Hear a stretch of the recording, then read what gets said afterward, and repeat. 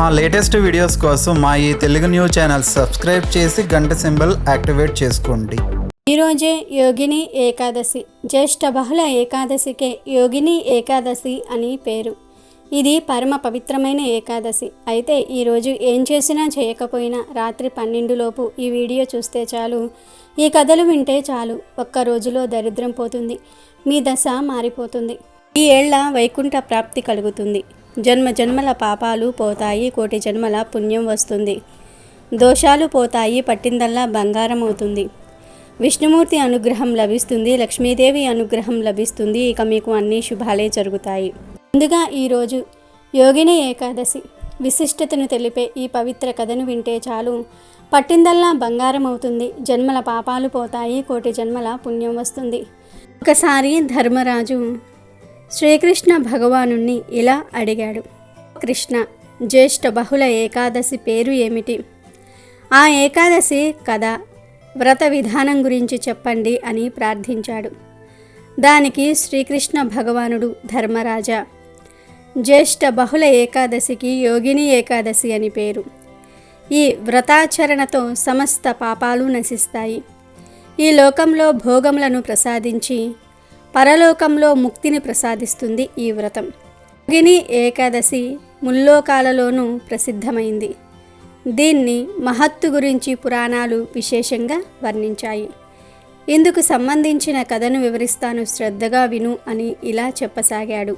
రాజా, స్వర్గధామమైన అలకాపురి నగరాన్ని కుబేరుడు అనే యక్షపతి పరిపాలన చేస్తూ ఉండేవాడు. కుబేరుడు గొప్ప శివభక్తుడు. ప్రతిరోజు శివుణ్ణి అత్యంత భక్తిపూర్వకంగా పూజించేవాడు. అతనికి హేమమాలి అనే ఒక తోటమాలి పూజ కోసం పుష్పాలను తెచ్చి ఇస్తూ ఉండేవాడు. ఆ మాలికి అత్యంత సౌందర్యవతి అయిన భార్య ఉండేది. పేరు విశాలాక్షి. ఒక రోజున అతడు మానస సరోవరం నుండి పువ్వులు తీసుకుని ఇంటికి వచ్చాడు. వాటిని యక్షపతి పూజా మందిరానికి తీసుకువెళ్ళాలి. కానీ మాలి తన భార్య తీరును చూసి కామాసక్తుడయ్యాడు. ఆ ఇద్దరు సరస సల్లాపాల్లో మునిగిపోయారు. దాంతో కుబేరుడు పూజా సమయానికి పూలను తీసుకువెళ్లాలనే సంగతిని మాలి మర్చిపోయాడు. సమయం మధ్యాహ్నమైన పుష్పాలు అందకపోవటంతో యక్షపతి కుబేరుడు హేమమాలి కోసమై ఎదురు చూస్తూ ఉన్నాడు. చివరికి కుబేరుడు దూతలను పిలిచి వెంటనే వెళ్ళి హేమమాలి సకాలంలో పూజకు పుష్పాలు ఎందుకు తేలేదో దానికి గల కారణమేమిటో తెలుసుకురమ్మని ఆజ్ఞాపించాడు. యక్షులు హేమమాలి ఇంటికి వెళ్ళారు. అక్కడ మాలి దంపతులు సరస సల్లాపాల్లో మునిగిపోవటం చూశారు. తిరిగి రాజు దగ్గరకు వెళ్ళి తాము చూసింది చెప్పారు. మహారాజా, మాలి మహాపాపి, అతి కాముకుడు, కర్తవ్యాన్ని విస్మరించి భార్యతో కామకల్లాపాలు సాగిస్తూ ఉన్నాడు అని దూతలు చెప్పిన సమాచారం విని కుబేరుడు క్రుద్ధుడై వెంటనే తన సైనికులను పంపి మాలిని రాజమందిరానికి పిలిపించాడు. హేమమాలి భయంతో వణుకుతూ వచ్చి కుబేరుడు ముందు నిల్చున్నాడు. అతన్ని చూసి కుబేరుడు హద్దుల్లేని కోపానికి లోనై శపించాడు. ఓరి పాపి, నీచుడా, కాముకుడా, నీవు పరమ పూజనీయుడైన శివ భగవానుణ్ణి తిరస్కరించావు. ఈరోజు నా పూజకు పుష్పాలు అందించకుండా ఆటంకపరిచావు. పూల గొప్పతనం నీకు తెలియదు. ఇది ఒక మహా అపరాధం.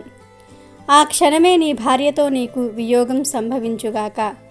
మనుష్యలోకానికి వెళ్ళి కుష్టివ్యాధితో అష్టకష్టాలు అనుభవిస్తావు అని శపించాడు. కుబేరుని శాప ఫలితంగా హేమమాలి స్వర్గధామమైన అలకాపురి నుండి భూలోకంలో పడ్డాడు. చేత కుష్టి పీడితుడయ్యాడు.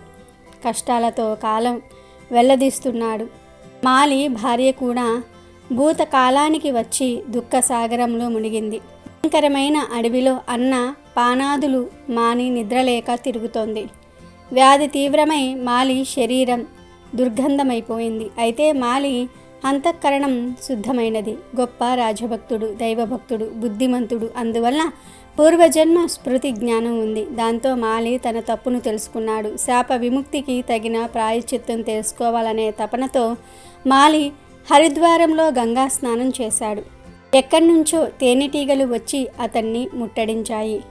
అవి అతడిని విడిచిపెట్టలేదు. చివరికి మాలి పవిత్రమైన ఉత్తరాఖండానికి చేరుకుని దేవప్రయాగకు వెళ్తూ యమునోత్రి తీరానికి చేరాడు. అక్కడ ఉన్న చిరంజీవి మార్కండేయ మహర్షి ఆశ్రమానికి హేమమాలి చేరుకున్నాడు. మహర్షి దర్శనంతో మాలిని పీడిస్తున్న తేనెటీగలు మాయమయ్యాయి. తాను చేసిన అపరాధం గురించి మాలి దాపరికం లేకుండా పూర్తిగా మహర్షికి వివరించాడు. స్వామి, దయతో ఈ శాపం నుండి విముక్తి ప్రసాదించండి అని ప్రార్థించాడు. మార్కండేయ మహర్షి మాలిని అనుగ్రహించాడు. నీవు ఏదీ దాచకుండా జరిగింది చెప్పావు గనుక ఈ శాపం నుండి నీకు విముక్తినివ్వగలిగే వ్రతం గురించి చెప్తాను. జ్యేష్ఠ మాసం కృష్ణపక్షంలో వచ్చే యోగిని ఏకాదశి వ్రతాన్ని నీవు చక్కగా ఆచరించగలిగితే నీ సమస్త పాపాలు నశిస్తాయి, శాపం తొలగిపోతుంది, నీకు మళ్ళీ పూర్వ రూపం లభిస్తుంది అన్నాడు మునీశ్వరుడు. ఆ మాటలను విన్న హేమమాలి కృతజ్ఞతతో మార్కండేయుడికి సాష్టాంగ దండ ప్రణామం చేశాడు. మహర్షి ప్రేమతో మాలిని లేవనెత్తి ఆశీర్వదించి యోగిని ఏకాదశి వ్రత విధానాన్ని తెలియజేశాడు. మహర్షి ఆదేశాన్ని అనుసరించి హేమమాలి యోగిని ఏకాదశి వ్రతాన్ని నియమనిష్టలతో ఆచరించాడు. వ్రత ప్రభావంతో మాలిని శాప విముక్తుడై తన దివ్య స్వరూపాన్ని పొందాడు. తరువాత అడవిలో తిరుగుతున్న అతని భార్య కూడా అతన్ని సమీపించింది. దంపతులు ఆనందంతో తిరిగి తమ లోకాన్ని చేరుకున్నారు. కాబట్టి ధర్మరాజా, యోగిని ఏకాదశి వ్రతం అనేక యజ్ఞాల ఫలాన్ని ప్రసాదిస్తుంది. 88,000 బ్రాహ్మణులకు భోజనం పెట్టిన ఫలంతో సమానమైనది. ఈ వ్రతం సమస్త పాపాలను తొలగిస్తుంది. ముఖ్యంగా ఈ వ్రతం పాటించటం వల్ల ఎటువంటి చర్మ వ్యాధులు ఉన్నా కూడా నివారింపబడతాయి. ముఖ్యంగా కుష్ఠవ్యాధి నివారణ అయి పూర్తి ఆరోగ్యం చేకూరుతుంది. అంత్యకాలంలో స్వర్గలోక ప్రాప్తిని కలిగిస్తుంది అని శ్రీకృష్ణుడు ధర్మరాజుతో చెప్పాడు. అలాగే ఈరోజు శ్రీ మహావిష్ణువు సాలగ్రామంగా ఎందుకు మారాడు? తులసి చెట్టు ఎలా ఉద్భవించిందో తెలిపే పురాణ కథను వింటే చాలు రాజయోగం పడుతుంది. గంధమాదన పర్వతంపై నిరంతరము విహరించే మాధవి ధర్మజ్వలులనే దంపతులకు కార్తీక పూర్ణిమ శుక్రవారం నాడు ఒక ఆడపిల్ల పుట్టింది. సంధ్యో యవ్వనంతో పూర్వజన్మ స్మృతి జ్ఞానంతో జన్మించిన ఆ యువతికి తల్లిదండ్రులు పద్మిని అని పేరు పెట్టుకున్నారు. చంద్రవదన పద్మపత్రనేత్ర అయినటువంటి ఆ పద్మిని కరచరణాలు చిగురుటాకుల వలె ఎర్రగా సుకుమారంగా ఉన్నాయి. శిశిర ఋతువులో వెచ్చని స్పర్శ, గ్రీష్మ ఋతువులో చల్లని స్పర్శ కలిగి సర్వాంగ సుందరిగా ప్రకాశించే ఆ కన్య సౌందర్యంలో తులలేనిది కావటం వల్ల ఆమెకు తులసి అని పేరు వచ్చింది. తులసికి జన్మంతోనే వైరాగ్యం అబ్బింది. ఆమె తపస్సు నిమిత్తం బదరికాశ్రమానికి బయలుదేరింది. తల్లిదండ్రులు ఎంతగా వారించినా వినకుండా శ్రీ మహావిష్ణువునే భర్తగా పొందాలని నిశ్చయించుకొని యోగ మార్గంలో చిరకాలం తపస్సు చేసింది. మండు వేసవిలో పచ్చాగ్ని మధ్యలో, చలికాలంలో నీటి మధ్య నిలిచి శీతోష్ణాది ద్వంద్వాలను సహిస్తూ వాటికి అతీతంగా నిలిచి నియమబద్ధంగా తపస్సు కొనసాగించింది. కొన్ని సంవత్సరాల కాలం పండ్లు మాత్రమే ఆహారంగా స్వీకరించింది. మరికొన్ని సంవత్సరాల పాటు ఆకులనే ఆహారంగా తీసుకున్నది. క్రమంగా వాయు భక్షణం మాత్రమే సాగించింది.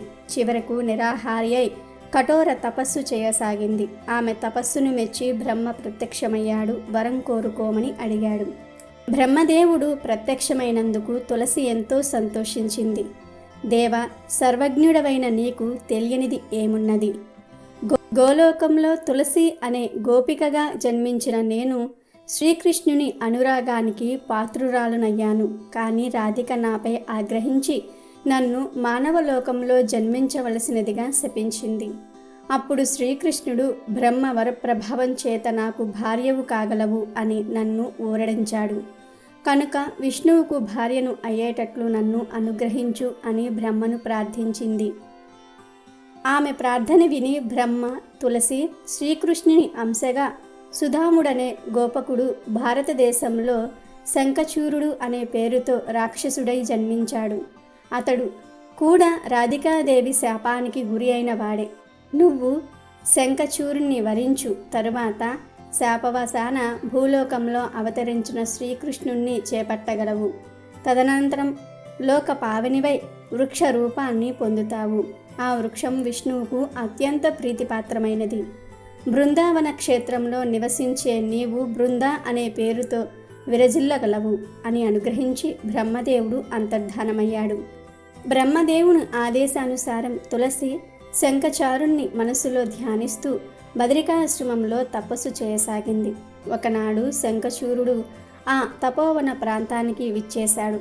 బ్రహ్మదేవుని సూచనను అనుసరించి తులసిని వివాహమాడదలచి మంగళప్రదమైన కవచాన్ని ధరించి వచ్చాడు శంఖచూరుడు. అతడు ఆమెను పలకరించాడు. తన పూర్వజన్మ విశేషాలను చెప్పి గోలోకంలో సుధాముడనే గోపకుడుగా ఉన్న తాను శాపవశాన మానవలోకంలో జన్మించానని వివరింపసాగాడు. తులసిని వివాహం చేసుకోవాలనే తన అభిలాషను వ్యక్తం చేశాడు. తల్లిదండ్రులు నిర్ణయించిన వరుణ్ణి వివాహం చేసుకోవటం తనకు తగిన ధర్మమని తులసి సమాధానమిచ్చింది. అప్పుడు బ్రహ్మదేవుడు సాక్షాత్కరించి వారి ఇరువురి పూర్వజన్మ వృత్తాంతాలను వివరించి వారికి దాంపత్య బంధం కలిగించి భావి లోకంలో గోలోకంలో నారాయణుడితో తదాత్మ్యం పొందగలరని అభయమిచ్చాడు. అలా తులసి శంఖచూరులు దంపతులయ్యారు.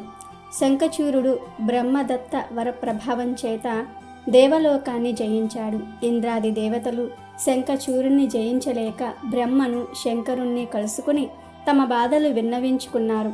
వారంతా కలిసి వైకుంఠానికి వెళ్ళారు. దేవతలందరినీ పక్షాన బ్రహ్మదేవుడు శ్రీ మహావిష్ణువును ప్రార్థించి తమ ఆవేదనను నివేదించాడు.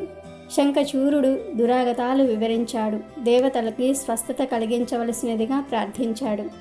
అంతట శ్రీ మహావిష్ణువు శంఖచూరుని పూర్వజన్మ వృత్తాంతాన్ని దేవతలకు జ్ఞప్తికి తెచ్చి రాధాదేవి శాపం వల్లనే అతడు మానవలోకంలో జన్మించిన సంగతిని వివరించాడు. తొందరపడి శపించిన రాధ తిరిగి అచిరకాలంలోనే నా భర్త సన్నిధిని పొందగలవని శాపమోక్షం కూడా అనుగ్రహించినట్లు చెప్పాడు. శంఖచూరుడు కంఠసీమలో ధరించిన కవచం తన ప్రసాదమే అని, ఆ కవచం వలనే అతడు అజేయుడై నిలిచాడని కూడా వివరించాడు. మరొక్క రహస్యాన్ని కూడా విష్ణుమూర్తి వివరించాడు.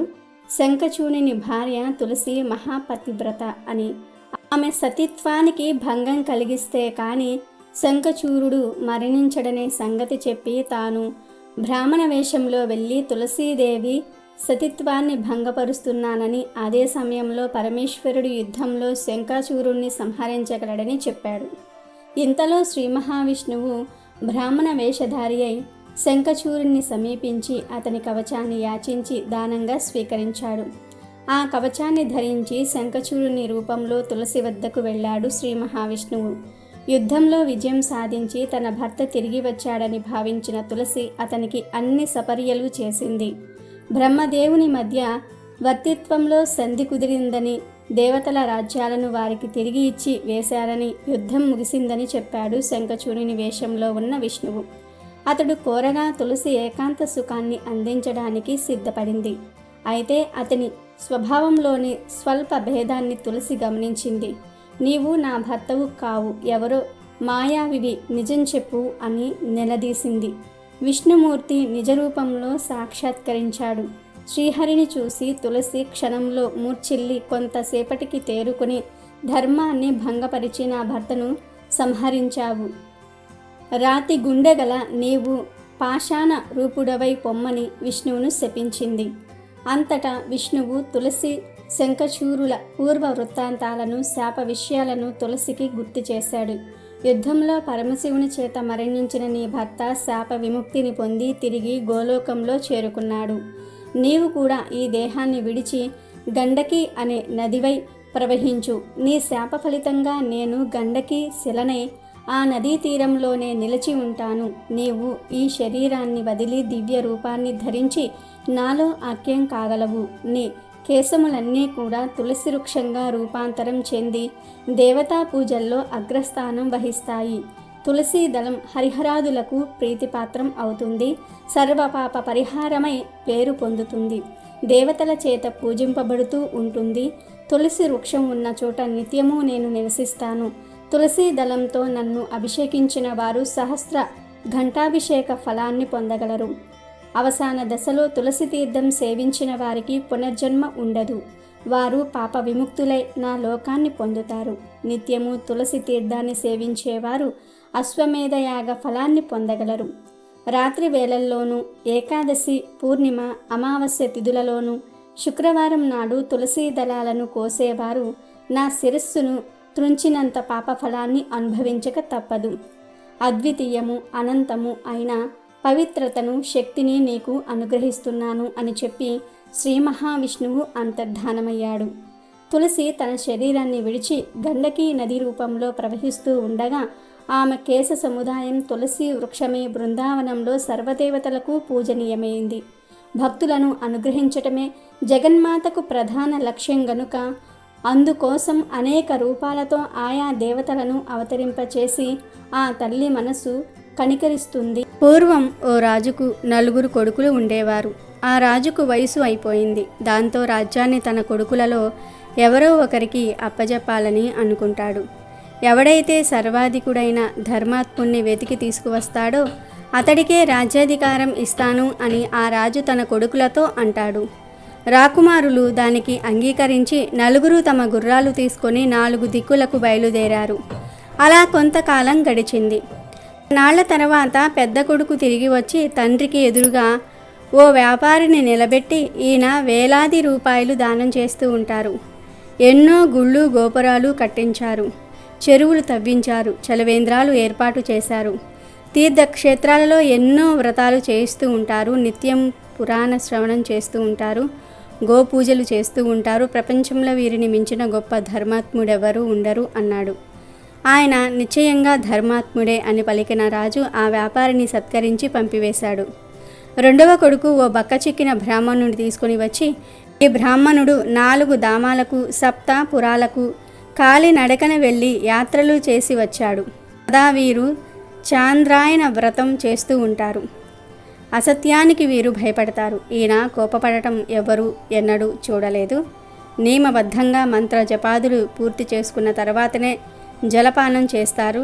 కాలాల్లోనూ స్నానం చేసి సంధ్యావందనం చేస్తారు. ఈ కాలంలో ఈ విశ్వంలో వీరిని మించి సర్వశ్రేష్ఠ ధర్మాత్ములెవరూ లేరు అన్నాడు. రాజు బ్రాహ్మణుడు సత్కరించి అధిక దక్షిణలిచ్చి వీరు మంచి ధర్మాత్ములే అంటూ పంపివేశాడు. మూడవ కొడుకు కూడా ఒక బాబాజీని తీసుకొని వచ్చాడు. బాబాజీ వస్తూనే ఆసనం వేసుకుని కళ్ళు మూసుకొని కూర్చుండిపోయారు.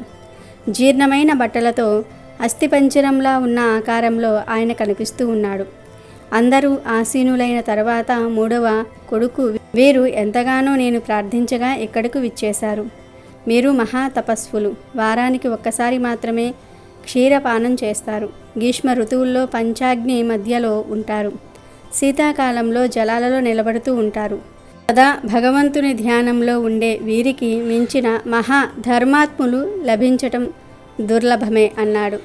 రాజు ఆ మహాత్మునికి సాష్టాంగ ప్రణామం చేసి వారి ఆశీస్సులు అందుకుని వీడ్కోలు పలికాడు. ఆపై వీరు ధర్మాత్ములే అన్నాడు. అందరి తరువాత చిన్న కొడుకు వచ్చాడు. అతనితో మాసిన బట్టలు కట్టుకున్న పల్లెల్లో నివసించే ఓ రైతు ఉన్నాడు. దూరం నుండే రాజుకు దండాలు పెడుతూ భయపడుతూ ఆ రైతు వచ్చి నిలబడ్డాడు. అన్నలు 3 తమ్మును మూర్ఖత్వానికి పకపకా నవ్వారు. అప్పుడు ఆ చిన్న కొడుకు, ఓ కుక్కకు గాయమైంది. ఇతను అది చూసి దాన్ని గాయం కడిగాడు. అందుకే నేను ఇతన్ని తీసుకువచ్చాను. ఇతడు ధర్మాత్ముడవునో కాదో మీరే అడిగి తెలుసుకోండి అన్నాడు. అప్పుడు రాజు, ఏమయ్యా, నువ్వు ఏం ధర్మం చేస్తూ ఉంటావు అని అడిగాడు.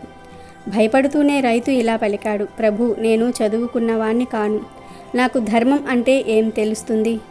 ఎవరైనా జబ్బు పడితే సేవ చేస్తాను, ఎవరైనా యాచిస్తే గుప్పెడు మెతుకులు పెడతాను అన్నాడు. అంతటా రాజు, అతడే అందరికన్నా గొప్ప ధర్మాత్ముడు అన్నాడు. అది విని కొడుకులందరూ కూడా ఆశ్చర్యపోయి అటూ ఇటూ చూడసాగారు. రాజు అప్పుడు దాన ధర్మాలు చేయటం, గోపూజ చేయటము, అసత్యమాడక పోవటం, క్రోధంగా ఉండకపోవటం, తీర్థయాత్రలు, సంధ్యావందనము, పూజాదులు కొనసాగించటం కూడా ధర్మమే. తపస్సు చేయటము ఆవశ్యకమైన ధర్మమే. కానీ సర్వాధిక ధర్మం ఏమిటి అంటే అర్థించకపోయినా అసహాయ స్థితిలో ఉన్న వారిని ఆదుకోవటం, రోగికి సేవ చేయటం, కష్టంలో ఉన్న వారికి చేయూతనివ్వటం సర్వాధికమైన ధర్మం. పరులకు సహకరించే వారికి తనంత తానుగా సహాయం అందుతుంది. త్రిలోకనాథులైన పరమాత్మ అట్టి పరోపకారిపై ప్రసన్నుడై ఉంటాడు అని పలికి చిన్న కొడుకుకే రాజ్యాన్ని ఇచ్చాడు. పరోపకారం అన్నిటికన్నా మించిన ధర్మం. అది నిర్వర్తించేవాడే ధర్మాత్ముడు అనే నీతిని ఈ కథ ద్వారా గ్రహించాలి. అలాగే ఈరోజు స్వామివారు తన భక్తుడితో పాచికలు ఆడిన కథను వింటే చాలు, వద్దన్నా ధనం వస్తుంది, పట్టిందల్లా బంగారం అవుతుంది.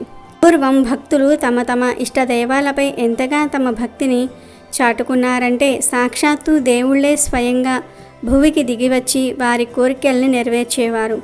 అలా తన భక్తితో వెంకటేశ్వర స్వామిని మెప్పించిన అపర భక్తుడు బావాజీ. ఆయనతో కలిసి పాచికలు ఆడాడు. తిరుమలలోని మాడ వీధులలోని ప్రధాన గోపురానికి కుడివైపున మఠం ఆ భక్తుడు బావాజీదే. ఆ మఠంపై శ్రీ వెంకటేశ్వరుడు తన భక్తుడు బావాజీతో పాచికలాడుతున్న దృశ్యం ఉంటుంది. ఈ మఠాన్ని హదీరం మఠం అంటారు. కొన్ని వందల ఏళ్ల క్రితం బావాజీ అనే భక్తుడు తీర్థయాత్రలు చేస్తూ ఉత్తరాది నుంచి తిరుమలకు చేరుకున్నాడు. అక్కడ శ్రీ వెంకటేశ్వరుని దివ్యమంగళ విగ్రహాన్ని చూసిన ఆయన మనసు అక్కడే లగ్నమైపోయింది. తోటి యాత్రికులంతా కూడా వెళ్ళిపోయినా ఆయన తిరుమలలోనే ఉండి నిత్యం వెంకటేశ్వర స్వామిని దర్శించుకునేవారు. ఆలయంలో గంటల తరబడి బావాజీ నిలబడి ఉండటం అర్చకులకు కంటగింపుగా మారింది. అలాంటి వ్యక్తి నిరంతరం గుడిలో ఉండడాన్ని అనుమానాస్పదంగా భావించిన అర్చకులు ఆయనను బయటకు గెంటివేశారు. ఇకపై ఆలయంలోనికి రాకూడదంటూ కట్టడి చేశారు. దీంతో తీవ్ర మనస్తాపానికి గురి అయిన ఆయన శ్రీనివాసుని దర్శన భాగ్యం కోసం చిన్న పిల్లవాడిలా విలపించాడు. రాత్రింబవళ్ళు కన్నీరు మున్నీరయ్యాడు. అప్పుడు తనను ఓదార్చేందుకు సాక్షాత్తు శ్రీనివాసుడే దిగిరాక తప్పలేదు. ఒకరోజు వెంకటేశ్వర స్వామి బావాజీ దగ్గరకు వచ్చి, నిన్ను నా సన్నిధికి రానివ్వకపోతే ఏం? నేనే రోజు నీతో సమయం గడిపేందుకు వస్తూ ఉంటానని బావాజీకి అభయమిచ్చాడు. అలా నిత్యం రాత్రిపూట పవలింపు సేవ ముగిసిన తర్వాత ఆలయం ఎదురుగా ఉన్న బావాజీ మఠానికి చేరుకునేవాడు శ్రీనివాసుడు. అక్కడ వారిద్దరూ పొద్దు పొడిచే వరకు కబుర్లతో కాలం గడిపేవారు. కొన్నిసార్లు కాలక్షేపం కోసం పాచికలు ఆడుకునేవారు. అలా సరదాగా గడుపుతున్న తరుణంలో ఓ పరిణామం చోటు చేసుకుంటుంది. అలా ఒకసారి బావాజీతో స్వామివారు పాచికలాడుతూ కాలాన్ని గమనించనే లేదు. సుప్రభాత వేళ సమీపించింది. జగన్నాథునికి మేల్కొల్పు పాడేందుకు అర్చకులు ఆలయాన్ని సమీపించసాగారు. ఆ చప్పుళ్లను విన్న వెంకటేశ్వరుడు వెంటనే బావాజీ దగ్గర నుంచి లేచి అక్కడి నుంచి ఆలయం లోపలికి వెళ్ళిపోయాడు. ఆ హడావుడిలో ఆయన కంఠాభరణం ఒకటి మర్చిపోవటంతో అది బావాజీ మఠంలోనే ఉండిపోయింది. ఆ ఉదయం వెంకటేశ్వర స్వామి వారి మూల విరాట్ను అలంకరిస్తున్న అర్చకులు ఆయన ఒంటి మీద అతి విలువైన కంఠాభరణం మాయమవటం గమనించారు. అదే సమయంలో తన మఠంలో ఉండిపోయిన కంఠాభరణాన్ని తిరిగి ఇచ్చేందుకు బావాజీ ఆలయం లోపలకు ప్రవేశించగా అతని చేతిలో ఉన్న ఆ ఆభరణాన్ని చూడగానే అర్చకులు మరేమీ ఆలోచించకుండా దాన్ని లాక్కొని ఆయనను దొంగగా పరిగణించి దూషిస్తూ స్థానిక నవాబు దగ్గరకు తీసుకుపోయారు. నవాబు గారు బావాజీని ఆ ఆభరణాన్ని ఎందుకు ఎలా దొంగిలించావని ప్రశ్నించగా తానేమీ దాన్ని దొంగిలించలేదని బావాజీ పేర్కొన్నాడు. సాక్షాత్తు శ్రీనివాసుడే తనతో రాత్రంతా పాచికలు ఆడాడని అర్చకులు రావటంతో హడావుడిగా స్వామివారి ఆలయంలోనికి విచ్చేయటంతో తన కంఠాభరణాన్ని తన మఠంలోనే మర్చిపోయాడని వివరించాడు. కానీ ఎవ్వరూ అది నమ్మలేదు. బావాజీని కారాగారంలో పడేశారు. అప్పుడు నవాబు నిజంగానే ఆ శ్రీనివాసుడు ప్రతి రాత్రి నీ కోసం వచ్చిన మాట నిజమే అయితే నీకు ఒక పరీక్షను పెడుతూ ఉన్నాం. ఈ కారాగారం నిండా బండెడు చెరుకు గడలు వేస్తాం. ఉదయం సూర్యుడు పొడిచే వేళకు అవన్నీ పొడి పొడిగా మారిపోవాలి అని బావాజీకి పరీక్ష పెడతాడు. బయట సైనికులను కాపలా పెడతారు. అయితే ఆ రోజు అర్ధరాత్రి బావాజీని బంధించిన గది నుంచి ఏనుగు ఘీంకారాలు వినిపిస్తాయి. అవేమిటా అని లోపలకు తొంగి చూసిన సైనికుల ఆశ్చర్యానికి అంతు లేకుండా పోతుంది. ఆ గదిలో నామాలు ధరించిన ఒక ఏనుగు బండెడు చెరుకు గడలను సునాయాసనంగా పిప్పి చేయసాగింది. మూసిన తలుపులు మూసినట్లే ఉన్నాయి. ఎక్కడి కావలి వాళ్ళు అక్కడే ఉన్నారు. అయినా ఒక ఏనుగు లోపలికి చక్కగా ప్రవేశించగలిగింది. ఆ కార్యక్రమం జరుగుతున్నంత వరకు బావాజీ రామనామస్మరణం చేస్తూనే ఉన్నారు. అప్పటినుంచి ఆయనకు హదీరాం బావాజీ అన్న పేరు స్థిరపడిపోయింది. హదీరామ్ భక్తిని స్వయంగా చూసిన నవాబు ఆయనను ఆలయ అధికారిగా నియమించాడు. అలాగే ఈరోజు నారాయణ నామం ఎంత గొప్పదో తెలిపే పురాణ కథను వింటే చాలు, నారాయణుడి అనుగ్రహం కలుగుతుంది, 1000 ఏళ్ళు వైకుంఠంలో నివసిస్తారు. పూర్వం కన్యాకుబ్జం అనే నగరంలో సోత్రీయుడు అనే ఒక బ్రాహ్మణుడికి అంజామిలుడు అనే ఒక కుమారుడు ఉండేవాడు. ఈ అంజామిలునికి చిన్న వయసులోనే గుణవంతురాలు, సౌందర్యవతి అయిన కన్యతో వివాహం జరిగింది. అజమీలుడు సంధ్యావందనము, గాయత్రీ జపం లాంటి నిత్య కర్మలు చేసేవాడు. అన్ని ధర్మాలు తెలిసినవాడు, ఎన్నో మంత్రాల సిద్ధి పొందినవాడు. కొంతకాలానికి అజామిలునికి యవ్వనం వచ్చింది. ఒకరోజు అతని తండ్రి దర్భలు, పువ్వులు తెమ్మని పంపాడు. దర్భలు, పువ్వులు తీసుకుని తిరిగి ఇంటికి వస్తూ ఉండగా ఆజామిలునికి పొదలలో నుండి ఏదో ఒక శబ్దం వినపడింది. అప్పుడు ఆజామిలుడు ఏమిటా అని అటువైపు చూశాడు. అప్పుడు దట్టమైన పొదరింట్లో రతి క్రీడల్లో చతురురాలైన తన ప్రియురాలైన స్వేరిని వృషులతో ఆనందిస్తున్న ఒక కాముకుణ్ణి చూశాడు. దిగంబరంగా ఉన్న కటి ప్రదేశం గల విటుణ్ణి చూశాడు. కాముకత్వం మూర్తిభవించిన ప్రియురాలితో శృంగార కేలిలో తేలియాడుతున్న వాడిని ఆజామిలుడు చూశాడు. అది చూసి అతన్ని పులకించిన రోమాలు నిక్కబొడుచుకున్నాయి. ఆమెను చూసి ఆజామిలుడు కామోద్రేకంతో ఉవ్విళ్ళాడాడు. మాటిమాటికి ఏపు మీరిన ఆమె చూపులు అనే మోహ పాశాలలో చిక్కుకున్న ఆ బ్రాహ్మణ కుమారుడు నిత్య కృత్యాలైన దైవిక కర్మలను, శాస్త్ర పాఠాలను, జపతపాలను మర్చిపోయాడు. అతని మనసనే కారరణ్యంలో కామోద్రికమనే కారుచిచ్చు చెలరేగసాగింది. అప్పటి నుండి అతని మనసులో ఆమెను పొందాలనే కోరిక చెలరేగింది. అలా ఆజామిలుడు దిగులుతో కృంగిపోయాడు, విచారించాడు, కామావేశానికి లోనయ్యాడు. ఆజామిలుడు కులాచార మర్యాదలను కోలద్రోశాడు. తండ్రి సంపాదించిన ఆస్తినంతటినీ ఆమె పాలు చేశాడు. సద్గుణాలను వేడనారాడు. బాగా రుచి మరిగి ఆ వాలు కన్నుల వెలయాలి అందచందాలకు లొంగిపోయాడు.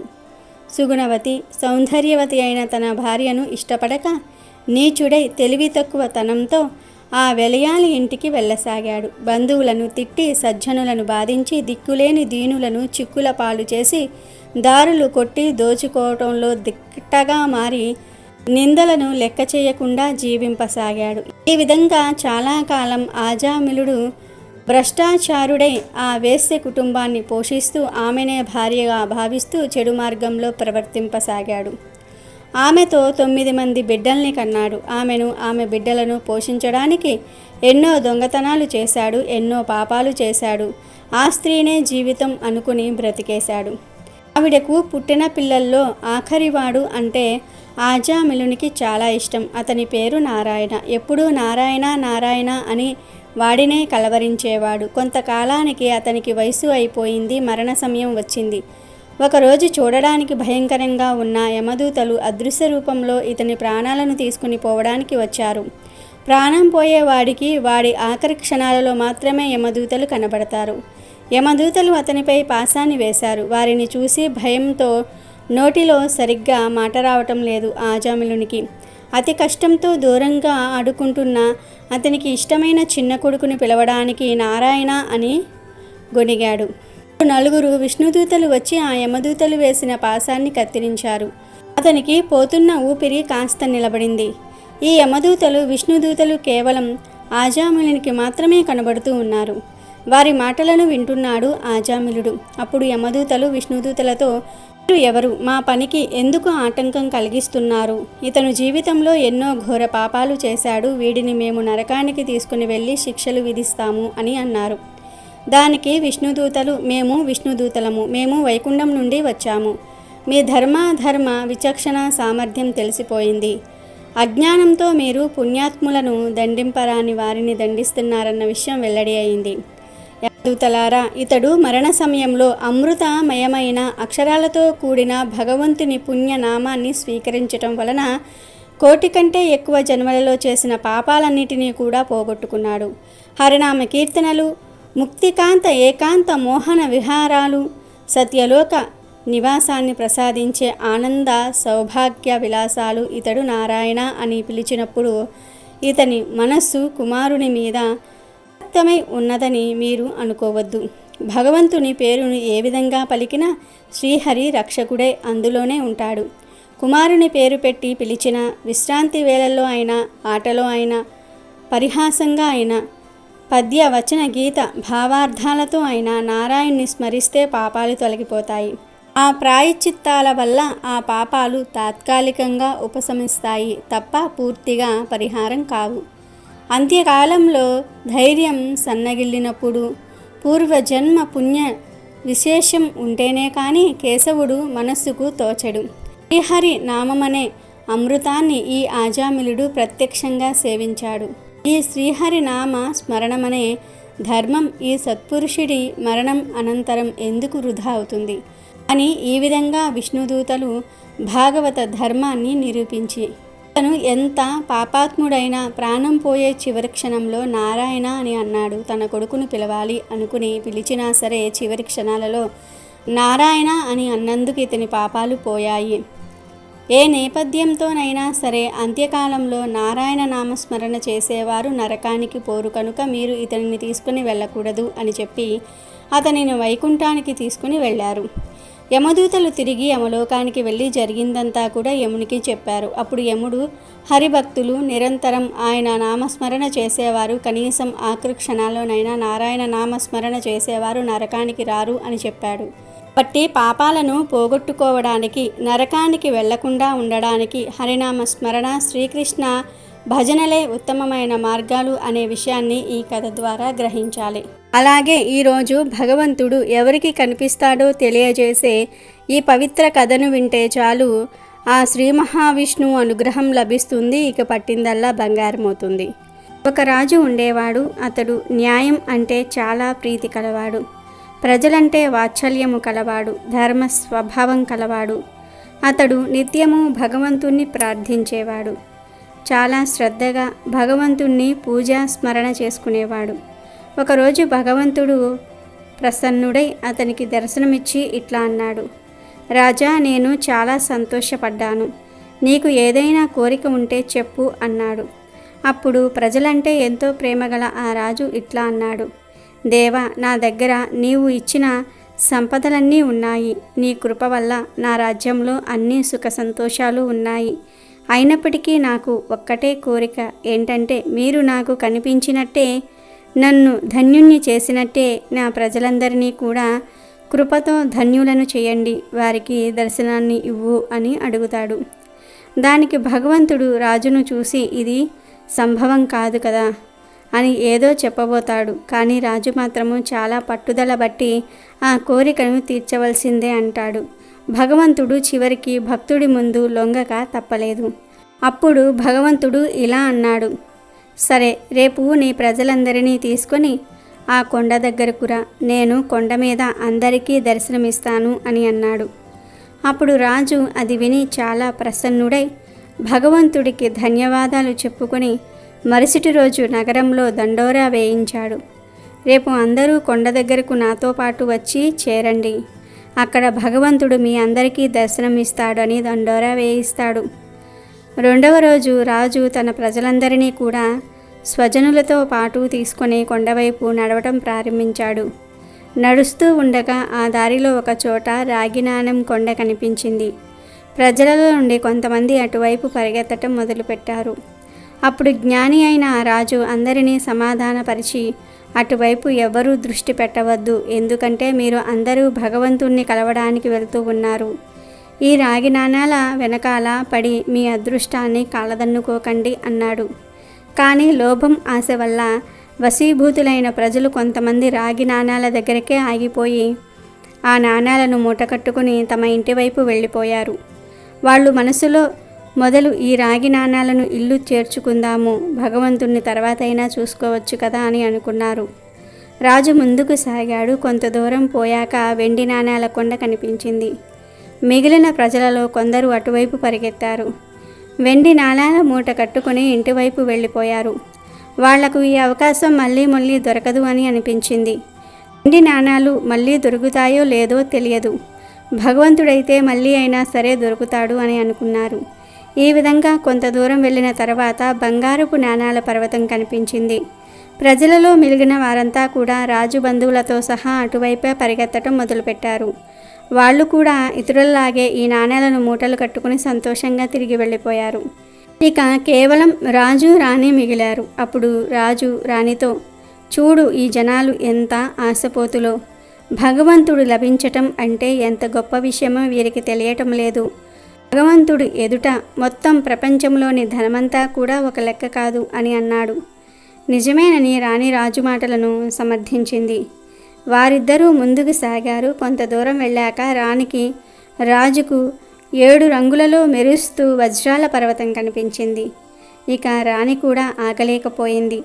ఆమె వజ్రాల ఆకర్షణ వల్ల అటువైపు పరిగెత్తి వజ్రాలన్నీ కూడా మూట కట్టుకోవటం ప్రారంభించింది. అది చూసి రాజు ఎంతో బాధపడ్డాడు. మనస్సు విరక్తి చెంది చాలా బరువైన మనస్సుతో ఒక్కడే ఒంటరిగా ముందుకు సాగాడు. నిజంగా అక్కడ భగవంతుడు నిలబడి ఉన్నాడు. రాజును చూస్తూనే భగవంతుడు చిరునవ్వుతో, ఎక్కడ ఉన్నారు నీ ప్రజలు, నీ బంధువులు?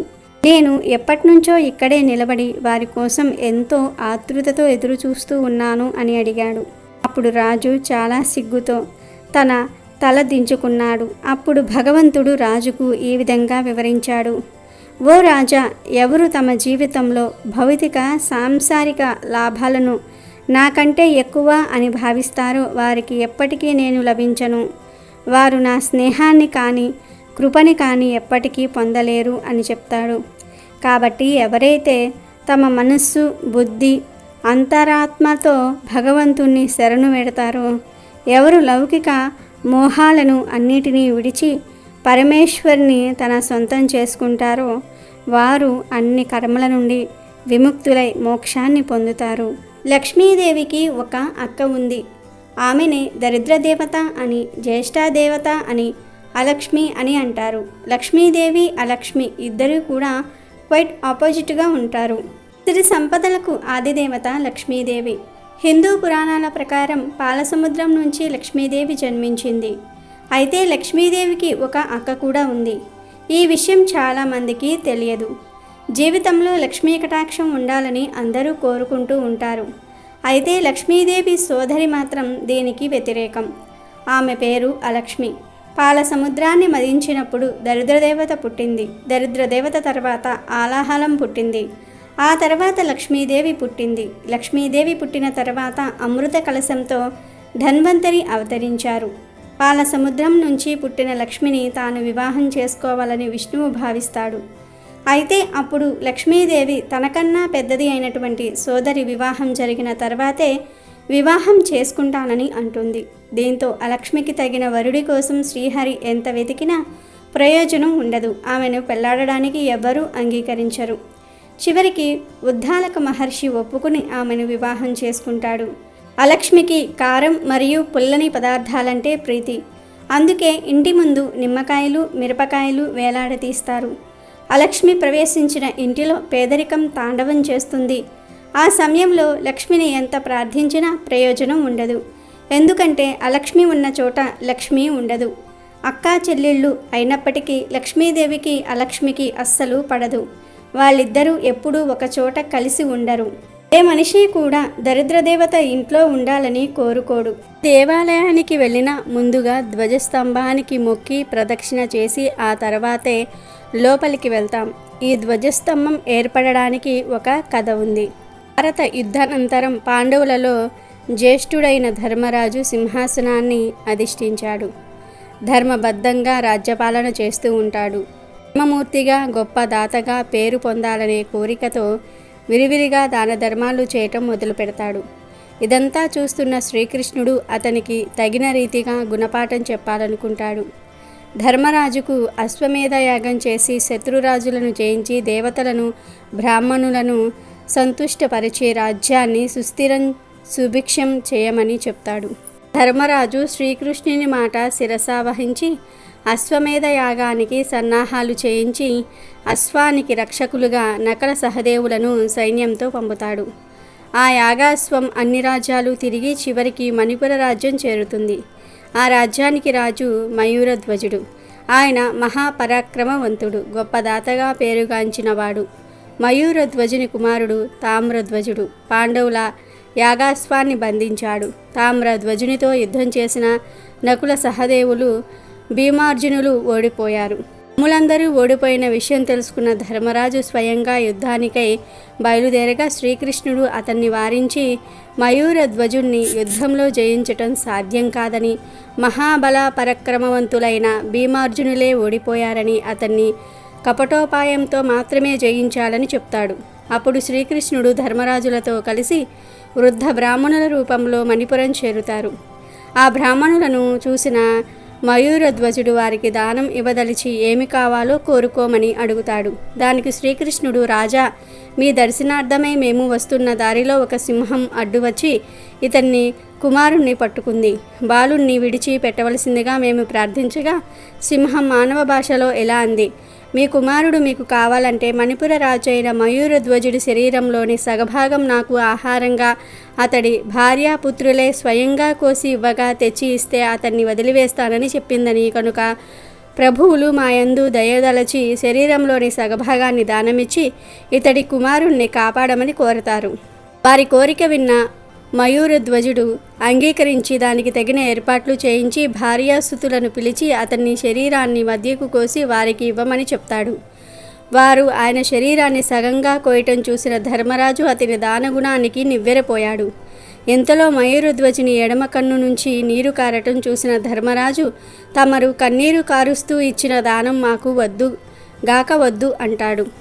అందుకు మయూరధ్వజుడు, మహాత్మా, తమరు పొరబడుతున్నారు. బాధపడి నా శరీరాన్ని మీకు ఇవ్వటం లేదు. నా కుడి భాగం పరోపకారానికి ఉపయోగపడింది, కానీ ఆ భాగ్యం తనకు కలగటం లేదు కదా అని ఎడమ కన్ను చాలా బాధపడుతూ కన్నీరు కారుస్తున్నది అని వివరిస్తాడు. మయూరధ్వజుని దానశీలతకు మెచ్చిన శ్రీకృష్ణుడు తన నిజ రూపాన్ని చూపి, మయూరధ్వజ, నీ దానగుణం అమోఘం, ఏదైనా వరం కోరుకో అనుగ్రహిస్తాను అంటాడు. పరమాత్మ, నా శరీరం నశించిన నా ఆత్మ పరోపకారార్థం ఉపయోగపడేలాగా నిత్యం మీ ముందు ఉండేలాగా అనుగ్రహించండి అని కోరతాడు మయూరధ్వజుడు. అందుకు శ్రీకృష్ణుడు తదాస్తు అని పలికి, మయూరధ్వజ, నీటి నుంచి ప్రతి దేవాలయం ముందు నీ గుర్తుగా నీ పేరున ధ్వజస్తంభాలు వెలుస్తాయి. వాటిని ఆశ్రయించిన నీ ఆత్మ నిత్యం దైవ సన్నిధిలో ఉంటుంది. ముందు నిన్ను దర్శించి ప్రదక్షిణం నమస్కారాలు ఆచరించిన మీదటనే ప్రజలు తమ ఇష్టదైవాలను దర్శించుకుంటారు. ప్రతినిత్యము నీ శరీరమున దీపం ఎవరుంచుతారో వారి జన్మ సఫలమవుతుంది. నీ నెత్తిన ఉంచిన దీపం రాత్రులయందు బాటసారులకు దారి చూపే దీపం అవుతుంది అంటూ అనుగ్రహించాడు. ఆనాటి నుంచి దేవాలయాలయందు ధ్వజస్తంభాలు తప్పనిసరిగా ప్రతిష్ఠించటం ఆచారమయ్యింది. భక్తులు ముందుగా ధ్వజస్తంభానికి మొక్కి ఆ తర్వాతే మూల విరాట్లు దర్శనం చేసుకోవటం సాంప్రదాయంగా మారింది. కాబట్టి ఈరోజు రాత్రి 12 లోపు ఈ వీడియో చూస్తే చాలు, ఈ కథలు వింటే చాలు. రాజయోగం పడుతుంది, 1000 ఏళ్ల వైకుంఠ ప్రాప్తి కలుగుతుంది, జన్మజన్మల పాపాలు పోతాయి, కోటి జన్మల పుణ్యం వస్తుంది, దోషాలు పోతాయి, పట్టిందల్లా బంగారం అవుతుంది, విష్ణుమూర్తి అనుగ్రహం లభిస్తుంది, లక్ష్మీదేవి అనుగ్రహం కూడా లభిస్తుంది. ఇక మీకు అన్ని శుభాలే జరుగుతాయి. అమెజాన్లో బెస్ట్ డిస్కౌంట్స్ కోసం వీడియో డిస్క్రిప్షన్లో లింకు ఉంది, చూడండి. అలాగే మా టెలిగ్రామ్ ఛానల్ సబ్స్క్రైబ్ చేసుకోండి.